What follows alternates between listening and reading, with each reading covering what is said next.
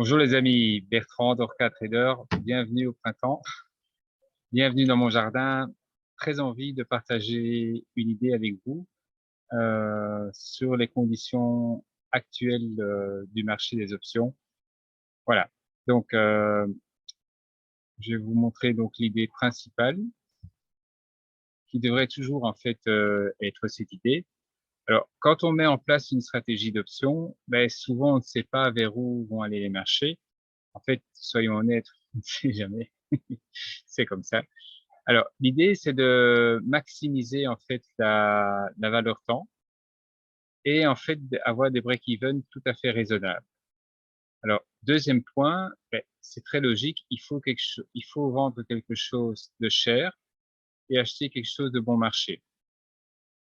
Troisième point, avoir des stratégies en fait avec très très peu de maintenance. En d'autres mots, peu de gamma, ça veut dire que le delta quand on vend les options n'augmente pas très vite quand les marchés bougent, même d'une manière tout à fait irrationnelle. Alors, quatrième point, optimiser le dividende. Et vous savez qu'en Europe, c'est important et l'ensemble des dividendes sont distribués fin mai, début juin. Et aussi prendre en compte le fait que les taux d'intérêt sont extrêmement bas, donc mettre en place une stratégie d'option qui prend en compte donc ces points. Alors, l'idée est la suivante. Après, on regardera un exemple concret. C'est de vendre, en fait, avec une exposition extrêmement faible. Donc, en fait, c'est un delta de 10%, 7 000 euros.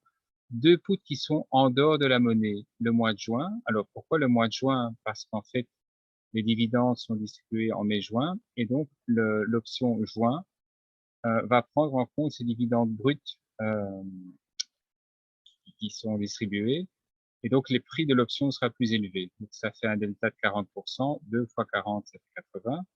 Et c'est ça qui est important. On va pas vendre de call, mais simplement un seul call dans la monnaie cette fois-ci, échéance plus courte, avril par exemple, avec un delta de 70%. Donc 80 moins 70, ça fait 10%. Donc sur la X, ça fait un delta de 7 000 euros. Alors, on va regarder donc concrètement ce que ça donne en termes de break-even.